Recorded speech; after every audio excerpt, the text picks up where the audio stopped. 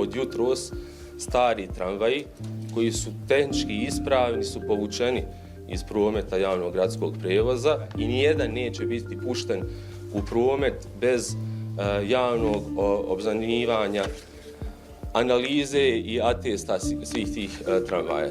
Ovako je govorio premijer kantona Sarajeva u februaru nakon tramvajske nesreće u kojoj je život izgubila jedna osoba.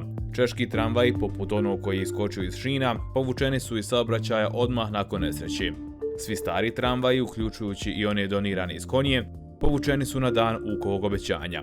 3 mjeseca kasnije, bez javno objavljenih analiza i atesta, počeli su saobraćati stari tramvaji iz Konije. Šta se desilo s najavljenim javnim obznanjivanjem analiza njihove sigurnosti? Iz vlade kantona Sarajevo nisu odgovorili na upit istinomjera. Zbog svega navedenog, obećanje Nihada Uka ocijenjeno je neispunjenim.